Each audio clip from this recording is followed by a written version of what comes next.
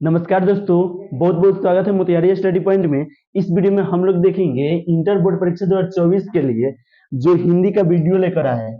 और हिंदी का वीडियो क्या है, तो हिंदी का वीडियो जो है पाठ 1 लेकर आए हैं, जो कि नाम है बातचीत। तो बातचीत पाठ से ही हम लोग 32 विषय ऑब्जेक्टिव प्रश्न को देखेंगे, जो कि इंटर बोर्ड परीक्षा 2024 के लिए बहुत ही महत्वपूर्ण प्रश्न है। इसलिए आप इस वीडियो को लास्ट तक जरूर देखिएगा। तो चलिए हम लोग सीधे प्रश्न को देखते हैं। देखिए, 1 नंबर प्रश्न बहुत ही महत्वपूर्ण प्रश्न है। यह प्रश्न कर रहा है बालकृष्ण भट्ट किस काल के रचनाकार है, यानी बालकृष्ण भट्ट जो है वह किस काल के रचनाकार है। ऑप्शन ए में कर रहा है आदि काल, यह नहीं होगा, ना भक्ति काल के है ना रीति काल के है। आप लोग याद कीजिएगा आधुनिक काल के, यानी कि बालकृष्ण भट्ट जो थे वह किस काल के रचनाकार थे, तो आधुनिक काल के। राइट आंसर क्या हो जाएगा, डी हो जाएगा। ए का राइट आंसर डी। तो चलिए अगला प्रश्न को देखते हैं। देखिए ना, 2 नंबर प्रश्न कितना महत्वपूर्ण प्रश्न है। यह प्रश्न कह रहा है जैसा काम वैसा परिणाम किस लेखक द्वारा रचित प्रश्न है, यानी जैसा काम वैसा परिणाम किस लेखक द्वारा रचित प्रश्न है, तो वह बालकृष्ण भट्ट द्वारा रचित प्रश्न है। इसलिए राइट आंसर क्या हो जाएगा, सी हो जाएगा, बालकृष्ण भट्ट द्वारा। तो चलिए अगला प्रश्न को देखते हैं। देखिए यहाँ पे मच्छर है ना, मच्छर बहुत तंग कर रहा है, तो इसके लिए हम तो परेशान हो गए थे भाई। ये देखिए 3 नंबर प्रश्न क्या कर रहा है। 3 नंबर प्रश्न कर रहा है बालकृष्ण भट्ट के पिता क्या क्या नाम था, यानी कि बालकृष्ण भट्ट जो थे उनके पिताजी का नाम क्या था आपको बताना है। तो बेनी प्रसाद भट्ट ऑप्शन ए कर रहा है, तो यह नहीं था, बेनी प्रसाद भट्ट था। इसलिए राइट आंसर क्या हो जाएगा, बी हो जाएगा। यानी कि बालकृष्ण भट्ट के पिता का नाम बेनी प्रसाद भट्ट था। आप लोग याद रखिएगा, अगर परीक्षा में पूछेगा तो याद रखिएगा बेनी प्रसाद भट्ट। राइट आंसर क्या हो जाएगा, बी हो जाएगा। तो चलिए अगला प्रश्न को देखते हैं। देखिए 4 नंबर प्रश्न बहुत ही महत्वपूर्ण प्रश्न है। यह प्रश्न कर रहा है दमयंती स्वयंवर किस लेखक की रचना है। दोस्तों आप याद रखिएगा, दमयंती स्वयंवर जो है वह बालकृष्ण भट्ट की रचना है। राइट आंसर क्या हो जाएगा, सी हो जाएगा। दमयंती स्वयंवर किस लेखक की रचना है, तो बालकृष्ण भट्ट के। इसलिए राइट आंसर सी हो गया। चलिए 5 नंबर प्रश्न को देखते हैं। यह प्रश्न कर रहा है कि बालकृष्ण भट्ट की रचना बातचीत क्या है। आप बताइए कि बालकृष्ण भट्ट की रचना बातचीत क्या है। एकांकी ऑप्शन ए में कर रहा था, एकांकी नहीं है, न कहानी ही है, न यात्रा स्मरण है, ललित निबंध है। इसलिए राइट आंसर क्या हो जाएगा, डी हो जाएगा। यानी बालकृष्ण भट्ट की रचना जो बातचीत है वह ललित निबंध है। इसलिए राइट आंसर क्या हो जाएगा, डी हो जाएगा, ललित निबंध। चलिए अगला प्रश्न को देखते हैं। देखिए 6 नंबर प्रश्न क्या कर रहा है। यह 6 नंबर प्रश्न कर रहा है बालकृष्ण भट्ट किस युग के निबंधकार थे, यानी बालकृष्ण भट्ट जो थे वो किस युग के निबंधकार थे। ऑप्शन ए में कर रहा है प्रसाद युग, यह नहीं होगा। ऑप्शन बी में कर रहा है भारतेंदु युग, यही होगा। यानी कि बालकृष्ण भट्ट जो थे वह भारतेंदु युग के निबंधकार थे। इसलिए राइट आंसर क्या होगा, बी होगा, भारतेंदु युग के। तो चलिए अगला प्रश्न को देखते हैं। देखिए 7 नंबर प्रश्न बहुत ही महत्वपूर्ण प्रश्न है। यह प्रश्न क्या है, मनुष्य की बातचीत का उत्तम तरीका क्या है। दोस्तों आपको याद रहना चाहिए कि मनुष्य की बातचीत का जो उत्तम तरीका है वह आवाक होकर अपने से बातचीत करना है। तो आवाक होकर अपने से बातचीत करना का है, यहाँ पे है। यानी कि मनुष्य की बातचीत का उत्तम तरीका क्या है, आवाक होकर अपने से बातचीत करना। इसलिए राइट आंसर क्या हो जाएगा, डी हो जाएगा, आवाक होकर अपने से बातचीत करना। चलिए 8 नंबर प्रश्न को देखते हैं। यह प्रश्न बहुत ही महत्वपूर्ण प्रश्न है, कई बार परीक्षा में भी पूछा गया है। यह प्रश्न कर रहा है संवाद में सबसे महत्वपूर्ण क्या है, तर्क है, या जिज्ञासा है, या आत्मीयता है, या प्रवाहपूर्ण भाषा है। तो आपको याद रहना चाहिए कि संवाद में सबसे महत्वपूर्ण है वो आत्मीयता है। इसलिए राइट आंसर क्या हो जाएगा, सी हो जाएगा, आत्मीयता। 9 नंबर प्रश्न कर रहा है बालकृष्ण भट्ट का जन्म कब हुआ था।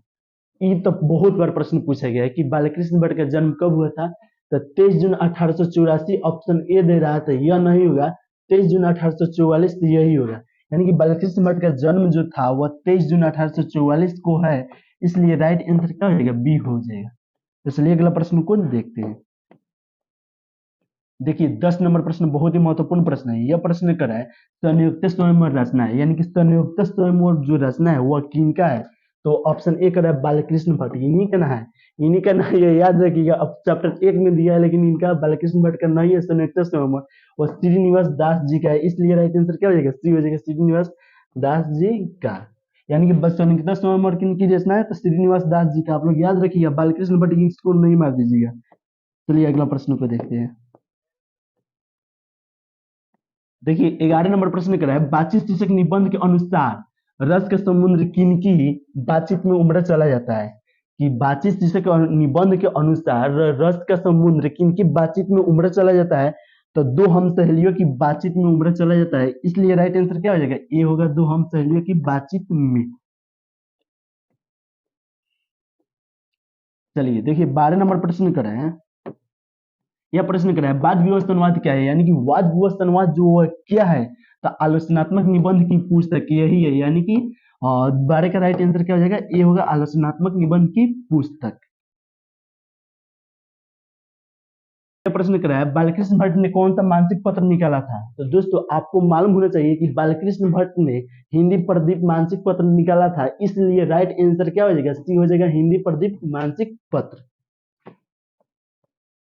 तो चलिए एक 14 नंबर प्रश्न को देखते हैं, यह प्रश्न कर रहा है बातचीत किस विद्या की रचना है, यानी बातचीत जो है वो किस विद्या की रचना है। ऑप्शन ए कर रहा है आलोचनात्मक, आलोचना, यह नहीं होगा, ना गीत होगा या ना शोध होगा, निबंध होगा, इसलिए राइट आंसर क्या हो जाएगा, और डी हो जाएगा, निबंध।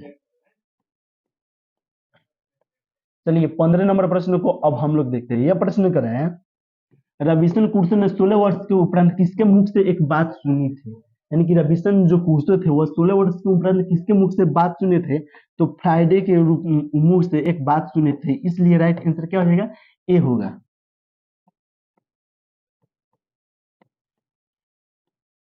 चलिए 16 नंबर प्रश्न को देखते हैं, यह प्रश्न कर रहा है बातचीत शीर्षक निबंध के निबंधकार कौन है। आप लोग याद रखिएगा बातचीत शीर्षक निबंध के निबंधकार कौन है, तो बालकृष्ण भट्ट जी है, इसलिए राइट आंसर क्या हो जाएगा, डी हो जाएगा, बालकृष्ण भट्ट जी। अब देखिए 17 नंबर प्रश्न को क्या कर रहे हैं, खाली माछी सब मच्छर है ना, बहुत हैरान कर रहा है। 17 नंबर प्रश्न कर रहा है बातचीत के माध्यम से बालकृष्ण भट्ट क्या बतलाना चाहते हैं, यानी कि बातचीत के माध्यम से जो है ना वो बालकृष्ण भट्ट क्या बतलाना चाहते हैं, तो ऑप्शन ए कर रहा है बातचीत की शैली, तो बातचीत की शैली ही बतलाना चाहते थे, इसलिए राइट आंसर क्या हो जाएगा, ए हो जाएगा, बातचीत की शैली। देखिए 18 नंबर प्रश्न को देखते हैं, यह प्रश्न बहुत ही महत्वपूर्ण प्रश्न है, जो कि कह रहा है यानी कि बालकृष्ण भट्ट को किसने अंग्रेजी साहित्य के एडिशन और स्टील की श्रेणी में रखा था, तो रामचंद्र शुक्ल ने रखा था, इसलिए राइट आंसर क्या हो जाएगा, सी हो जाएगा, रामचंद्र शुक्ल ने। 19 नंबर प्रश्न को देखते हैं, यह प्रश्न कर रहा है बालकृष्ण भट्ट का निवास स्थान कहाँ है, यानी कि बालकृष्ण भट्ट का निवास स्थान इनमें से कहाँ है, तो ऑप्शन ए कर रहा है लखनऊ उत्तर प्रदेश में, यहाँ नहीं है, इलाहाबाद उत्तर प्रदेश में यही है, यानी कि बालकृष्ण भट्ट का निवास स्थान जो है वह इलाहाबाद उत्तर प्रदेश में है, इसलिए राइट आंसर क्या हो जाएगा, बी हो जाएगा, इलाहाबाद उत्तर प्रदेश में। चलिए 20 नंबर प्रश्न को देखते हैं, यह प्रश्न कर रहा है बालकृष्ण भट्ट ने किस पत्रिका का संपादन किया था। दोस्तों आपको मालूम होना चाहिए कि बालकृष्ण भट्ट ने किस पत्रिका का संपादन किया था, तो हिंदी प्रदीप का किया था, इसलिए राइट आंसर क्या हो जाएगा, सी हो जाएगा, हिंदी प्रदीप का। चलिए अगला प्रश्न को देखते हैं, यानी कि 21 नंबर प्रश्न को देखते हैं, यह प्रश्न कर रहा है बालकृष्ण भट्ट ने हिंदी प्रदीप नामक मानसिक पत्रिका निकालना कब प्रारंभ किए थे। ऑप्शन ए करे 1877, ऑप्शन बी करे 1888, ऑप्शन सी करे 1890, ऑप्शन डी करे 1894, तो 1877 में निकालना निकालना प्रारंभ किए थे, इसलिए आपको राइट आंसर ए हो जाएगा, 1877 में। चलिए 22 नंबर प्रश्न को देखते हैं, यह प्रश्न कर रहा है बालकृष्ण भट्ट के पिता के पेशे से क्या थे, तो व्यापारी थे, या चिकित्सक थे, या शिक्षक थे, या समाजवादी थे। तो दोस्तों आपको याद रहना चाहिए कि बालकृष्ण भट्ट के पिताजी जो पेशे से थे वह व्यापारी थे, इसलिए राइट आंसर क्या हो जाएगा, बी हो जाएगा, व्यापारी। चलिए अगला प्रश्न को देखते हैं, यह 23 नंबर प्रश्न बहुत ही महत्वपूर्ण प्रश्न है, जो कि परीक्षा में कई बार पूछा गया है।